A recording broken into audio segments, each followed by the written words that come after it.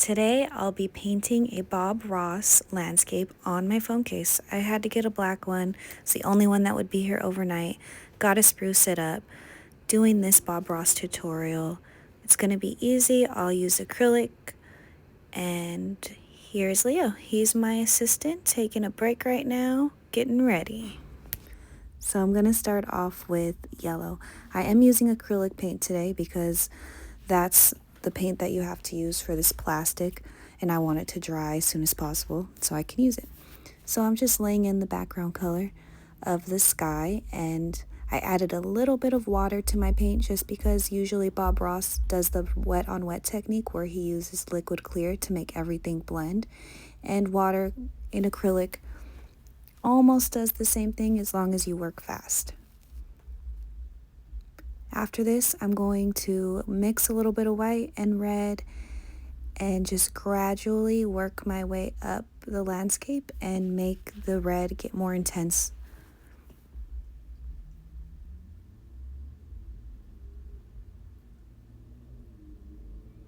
If you watched any of my other videos, you know that I've actually learned to paint from watching Bob Ross. He is absolutely my favorite, and that's why I like sharing his tutorials.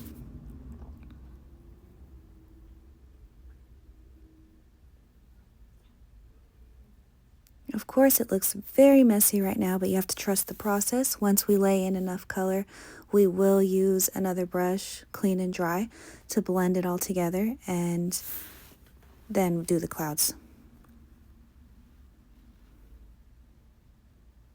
So just get a really soft brush. That's going to work best for blending.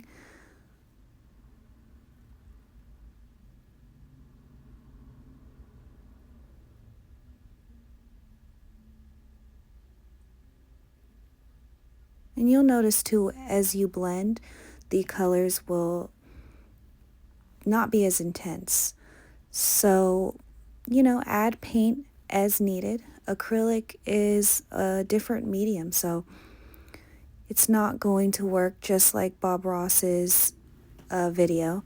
And so we're going to have to keep applying layers to get the intensity that we want.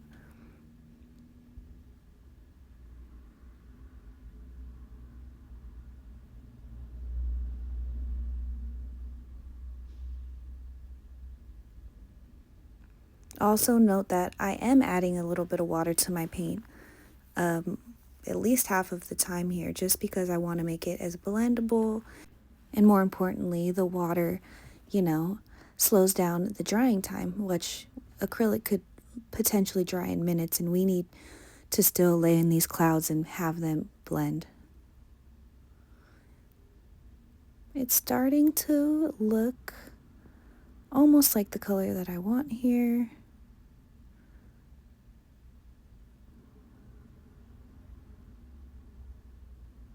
Almost.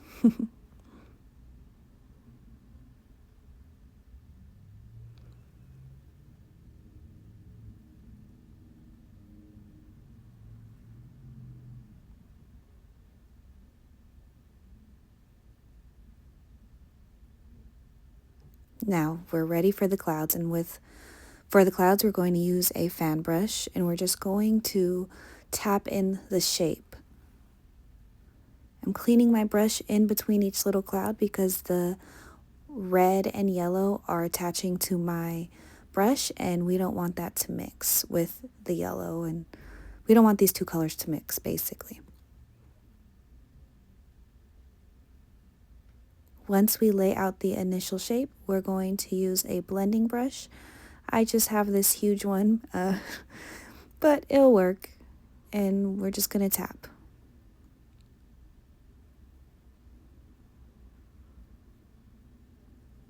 Again, blending brushes are going to make the color less intense. So blend to your liking. You can always add more paint and intensify the brightness. So it's just really up to you how much you want to blend. I'm just using the corner of my brush because it's absolutely huge, and I don't want to necessarily touch all the clouds at once. I'm trying to do one at a time. Jesus. Somebody is blasting their music today.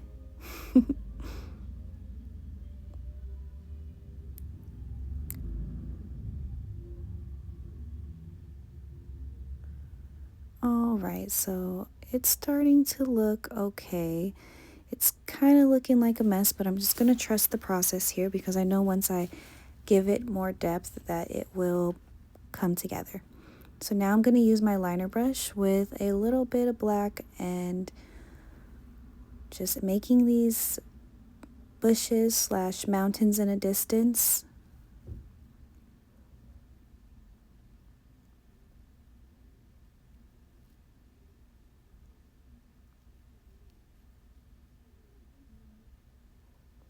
After this, we are going to work on some of the water.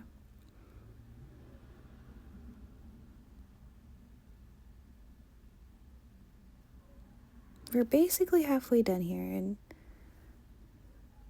it's a piece of cake. Bob Ross landscapes are super easy, and that's why they're so fun. So I'm just using the same liner brush. I cleaned it, and I just went straight into yellow. And I'm just going to fill up this whole bottom, most of it at least, with some yellow. And I just want to make the line straight because I will add some watermarks there eventually. And that is good to go. Just going to add some titanium white to give it these water lines. And I want it to look like there's a reflection of the mountains in the water. So I kind of tapped in some black using the fan brush. I'm pulling it straight down, and then I'm going to use the fan brush again to swipe it across and make it look like it's the reflection of these mountain bushes in the water. Super easy technique, but very effective. Same thing, this fan brush, you could do many things. Now we filled it up with some black, and we're going to do these trees. I like to make the lines of the trees first so I know where I'm going to tap in the leaves. With the corner of your fan brush, just tap in onto the line, and as you work your way down, kind of just move it back and forth on each side of the line you just created. And also note, as you move down, apply more pressure. That will make the thickness of the leaves at the bottom appear a little bit more big, which is normal in these kind of evergreens. And I'm pulling my brush back because sometimes I'm realizing, I need a little bit more paint on my brush. And so that's what I did there.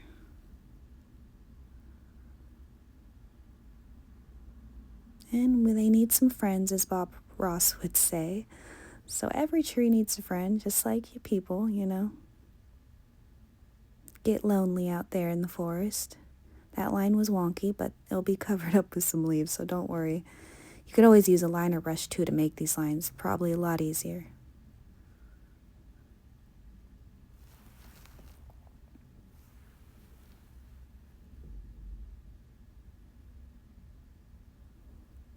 Adding more paint and just going to the other side, using the corner of my brush at the top of the tree. And as I'm working my way down, using a little bit more of my brush and just going to each side of that line that I just created. And voila! I'm going to tap in the bushes with the fan brush as well, might as well, because we need this dark color to be the shadow behind these really red intense bushes.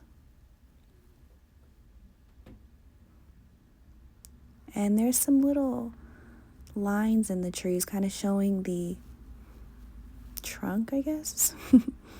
And so we just want to make some lines, not all the way straight because the leaves are covering most of it. So we're just going to make some gaps in between these lines. Oops, that was kind of big, but that'll work out. And I forgot the water line back here, but it's never too late.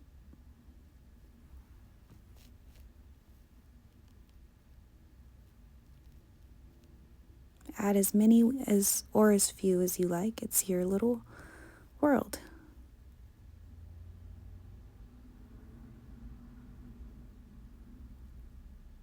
Now I'm going to use my liner brush again and just tap in some bushes. Main thing here is just do one bush at a time.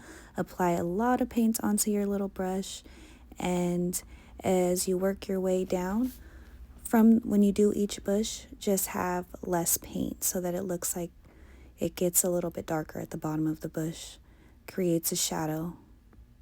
And I'm going to leave a gap there just so that that's where my cabin's going to go anyways. Bob Ross usually uses a palette knife for cabins. My palette knife is a little bit too big to use on such a small canvas, so I'm just going to use the handy dandy liner brush. Add these little twigs before I start on the little cabin and we wrap things up here. So first, I'm just going to lay in the shape of the cabin. This is the front. And then the little roof. And then the side.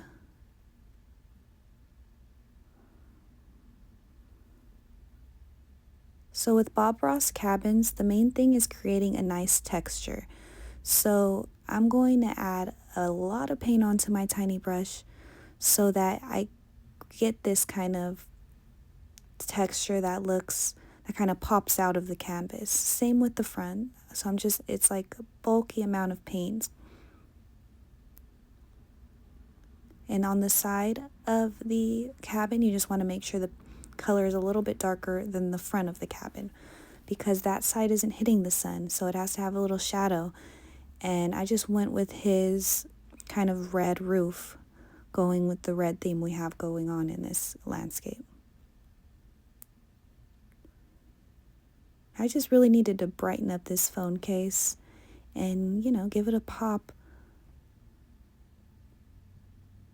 And what better way than with a nice little Bob Ross painting.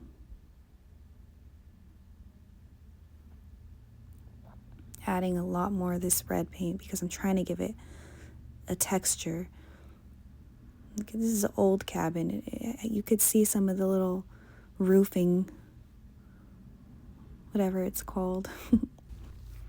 So the back of this cabin is a little wonky, so I'm just going to get some black paint and just straighten it out here. Really define that back edge, really. And now it needs a door, so just got some black, putting in a little door so they can get in. Once I put in the door, then we will add these little white highlights with the same brush. So we're just adding a line around the door, and it's a little thicker than I wanted, but we'll come back with some black paint and smooth it out. But first, let's just add the white where it needs to be before I clean my brush.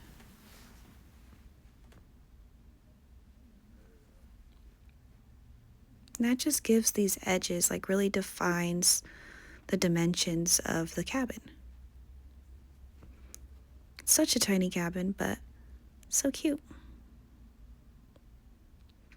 So it is a wrap, pretty close, not exact, but I'm happy with it. Now let's take off this tape and really see what it looks like. It is the reveal. I let it dry, of course, because I didn't want to take the tape off before then and ruin everything. It didn't take long, probably 30 minutes, and it's dry. This is Scotch tape.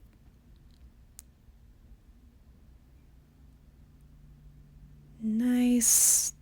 Dun, dun, dun. Ah, there she is. Beautiful. It's all dry. I really hope you enjoyed watching this. Don't forget to like and subscribe. I have another mini painting I did, not on my phone, but on a tiny little canvas. And yeah, have a great day.